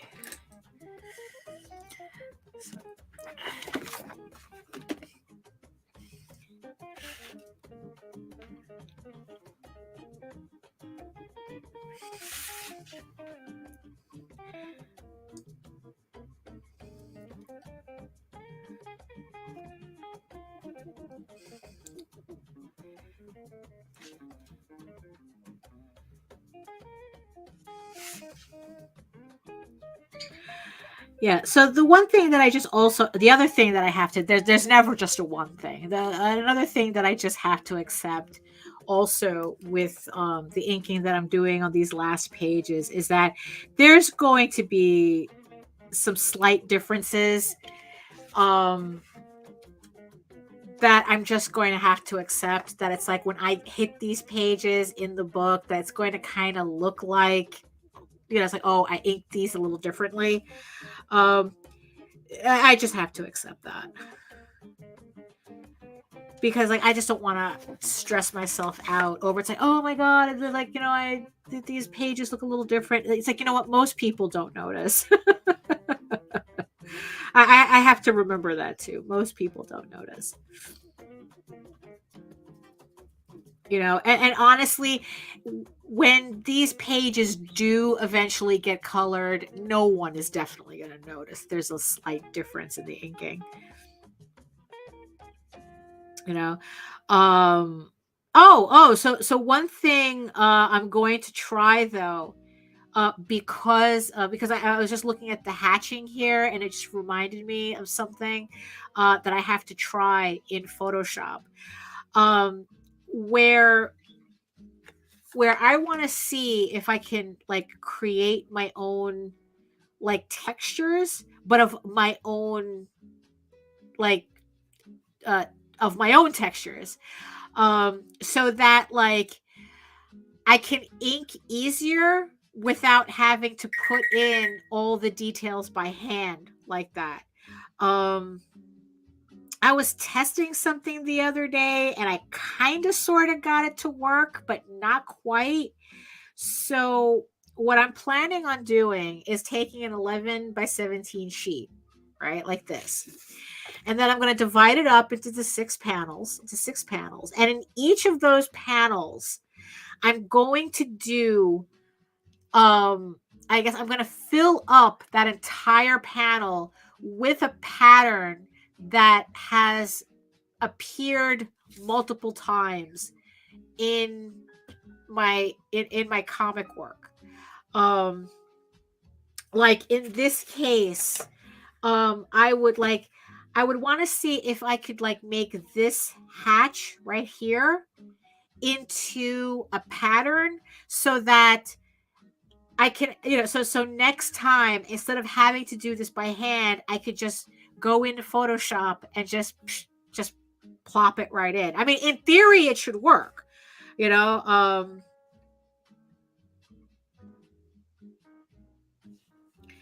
so, because it's like, if I could do that, because what was I doing? I was doing my chainmail, which is essentially just a whole bunch of circles like this. Hey, Grant, I'm just, so it's like I have it in a lot of places, like here and here. And a clone stamp, yeah, probably. Like I said, it's like I know it can be done in theory. I just have to figure out the right way to do it. So, I would do that. So yes, I could just trace out an area and put in my own texture, as opposed to using like a pre-made texture, because those things always, I don't know, on my work they always end up looking fake. That's why I don't really use it. I mean, I've tried it with some color pieces, but I never quite got it to look right. Like, it always looked like I was using a texture. Let's just put it that way. It never felt like it was part of my piece. So yeah, so I'm going to be experimenting with that to see if I can do something like. And what's funny is that like even my, let's see, like, I don't know, like there's just, I don't know, it's like there's just a certain way that I do the lines, like I don't know, they're wonky enough that if I try to make them, if I try to use something pre-done, like I said, it looks fake, it looks added in, and it bothers me. So so I was just trying to figure out, like, okay, which would be, so I would have my straight hatch that I have here. Then there's a cross hatch, which I actually have here. It's just literally, just like, it kind of looks like a basket weave, kind of. And then I have the wood grain, which I'm infamous for. Then there's the chainmail that I showed, and then I would do leaves, very generic leaves and flowers. Oh, thank you, thank you. I try. um, so it's like something generic, and then maybe some like castle stone or castle brick, but it's just so that it still looks like my work, because technically it would be. So if I can get that to work, I will definitely let everybody know. you know I will definitely let everybody know if I can figure that out, get it to look right. Actually, it's the looking right that's the issue. That's my challenge. Because I did a pattern before. I have an idea of how making a pattern works. But yeah, there's the clone stamp, which I guess would be an alternative, because then it's like I could pop the sample on the screen and then use the clone stamp to fill out whatever the selected area that but what I've usually seen is just the customized patterns.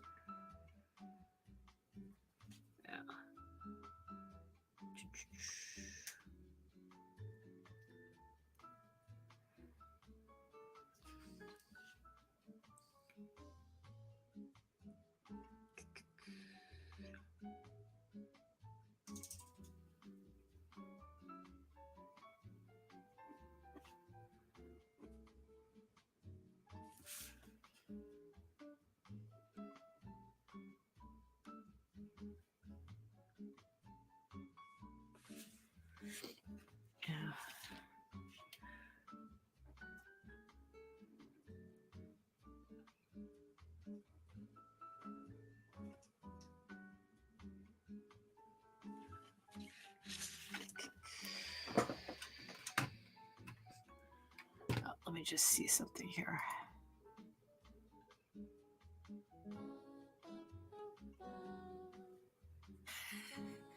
Oh, so let's see.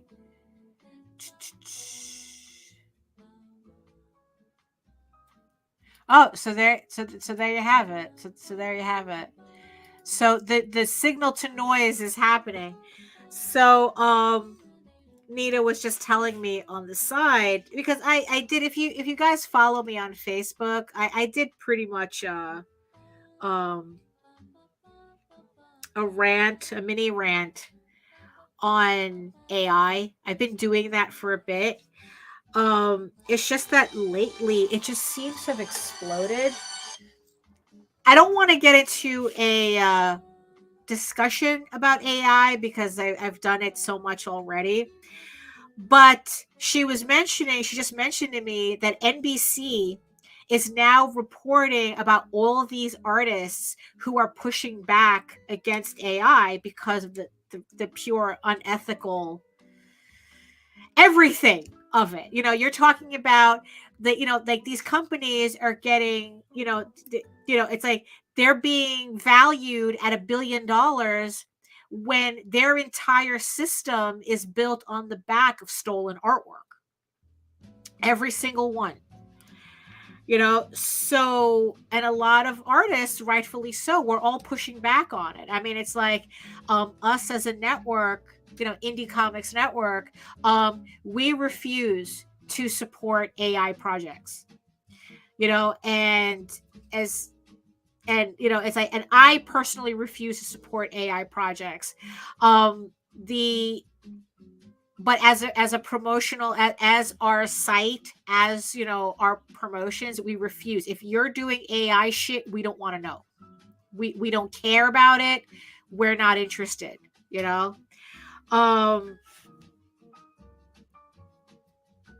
And the thing that annoys me, that I really resent about this whole discourse, is that AI really looked like a promising tool, for artists to use.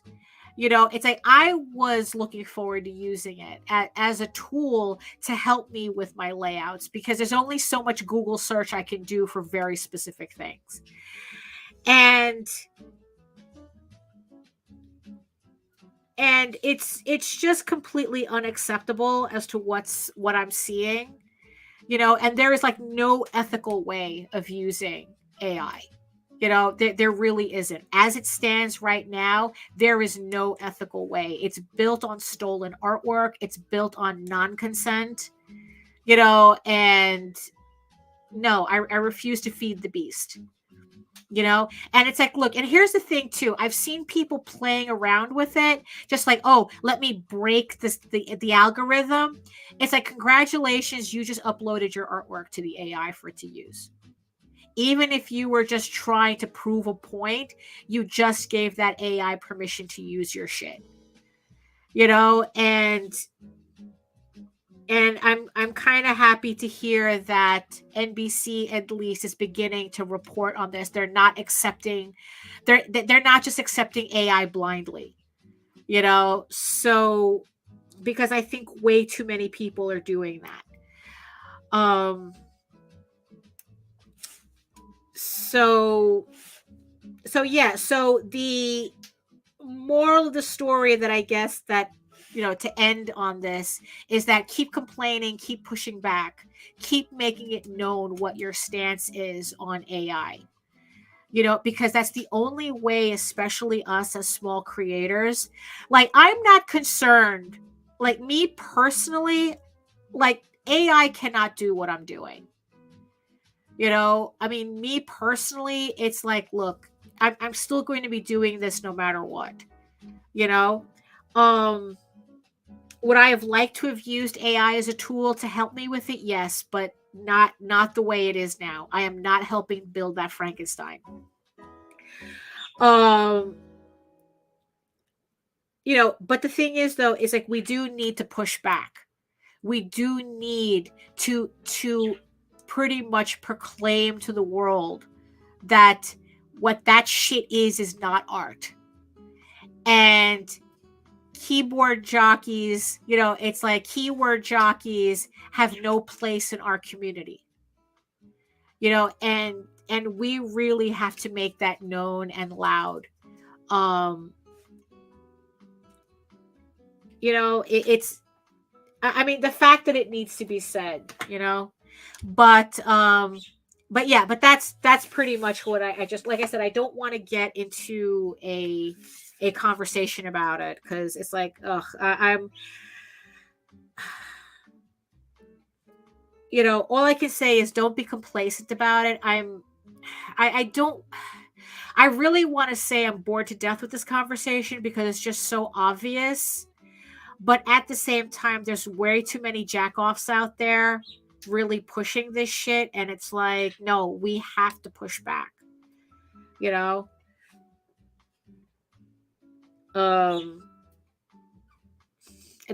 all I pretty much got right now. Like I said, you can go to my Facebook, and you can read the thing that I posted there about it. Everybody who's arguing in favor of AI, they're disingenuous hacks, and they're not worth debating. Every fucking artist worth their salt are telling you loud and clear what we think about this. There is no discourse. Artists don't like this shit. The only people who are bending over backwards to defend these billionaire companies are hacks who you know what, and people who wouldn't know good art if it bit them on the ass. These are the people who probably have never been to a museum, or they think that it's boring and shit, but all of a sudden they want to be known as, oh, I'm an artist now. No, fuck you. You are not. You are an artist as much as me typing in keywords in Google makes me a programmer. But yeah, like I said, I don't. It's like, you know what? That makes me tired. That conversation makes me tired. So I don't want to like I said, I don't want to get too much into that. So let me just move this over. Let me just bring this back up here. You know, because like here we are, we're just hitting at the top of the hour. So I'm just going to hold on, let me just find my stuff here. So we're just hitting the top of the second hour. So this is what I got so far. It's definitely a lot more I would have had if I have done that page. Maybe I would have finished it, but at the same time, I wouldn't have the same satisfaction of feeling like I accomplished something. This panel would have just felt like I just trudged through it. This one, at least, okay, it's like I finished a panel. I finished, so that's what I got. That's what I got for today. So, like I said, the whole point of the show is the whole point of the live stream is to kind of have a very, casual, conversational, kind of like we're seeing each other at a convention and we're just, having a good time. Look, even when I'm at conventions, yes, thank you, Jake. Thank you. That's yeah, exactly. You're as much of an artist as you are a hacker by pressing F12. I mean, really, that's really what that is. But like I said, the whole purpose of the show is kind of like, we get to hang out, we're talking, we're having a conversation where you're watching me draw, right? Which is something none of those AI assholes can do. You're watching me do this, and we're just hanging out. It's like being at a convention. You're in front of my table, we're talking, and that's kind of like the whole purpose of this. Right? Yes, exactly. Exactly, Jake. Or everybody knows your name, right? So Jake, are you Norm? Is that what it is? Actually, you are. Both you and Joe, you're both Norm, okay? Oh, you're who was the name of the mailman? So that's what you guys are, Norm and whatever the mailman was, right? So thank you. Oh, did you back the copy, or it's like you're looking forward to more Tall Tales? Either way, thank you so much. Thank you so much for your support. Oh, there we go. Yes, exactly. Yeah, Jake is Norm, and Jake is Norm, and Joe is Cliff. There we go. So we're all sitting in the corner, and it's like I don't remember the show enough to know all the rest of the characters, but we all know the vibe, right? Oh my goodness. So let me just switch over. Okay. Oh, there we go. Very nice. Very nice. Right. And let me just do this. Hold on. There we are. Okay. So yeah. Okay. Oh, well, I mean, you know what? I'll just leave it like this. I'll just leave it like this. There we go. Oh, yes. Just for everybody to know, it's like me and Nita have been percolating a topic for the next House of Bob, which is our adults only live stream, which we will only be broadcasting on YouTube. It will obviously not be available on Twitch or on Facebook for that matter. And yes, so that's going to be on December 31st, 8 p.m. to 10 p.m. We're percolating a topic. We're going to completely eviscerate AI on it, or at least shit on it really well.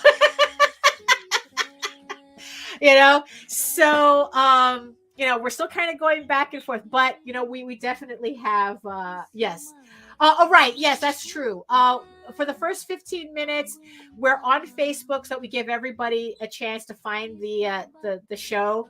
And then once we hit about 15-20 minutes, then we cut off the feed to Facebook, and then we get to the nitty-gritty. So yes. Yes. So House of Bob. Yeah, actually, do I have that here?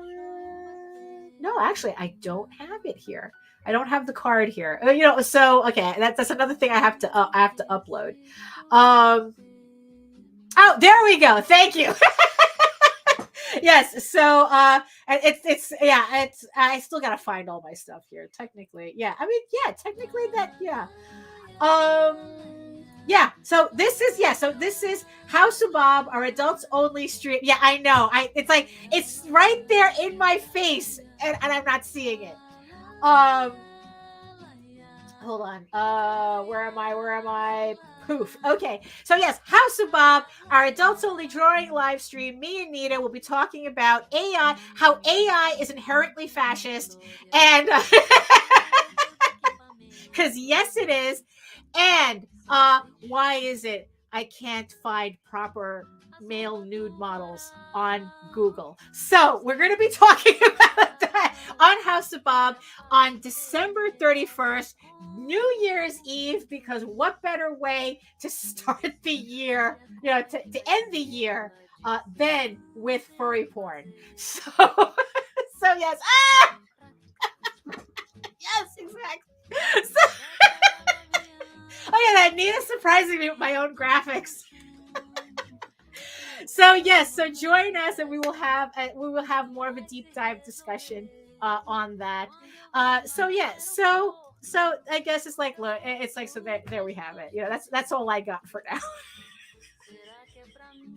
So let me just say, okay, so there we go.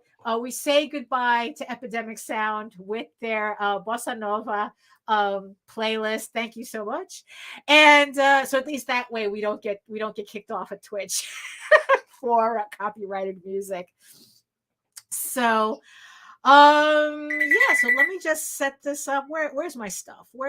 Oh, here and here. Yes. Oh my God. Yeah, we're officially at the end of the stream. Thank you so much for everybody who's joined me today.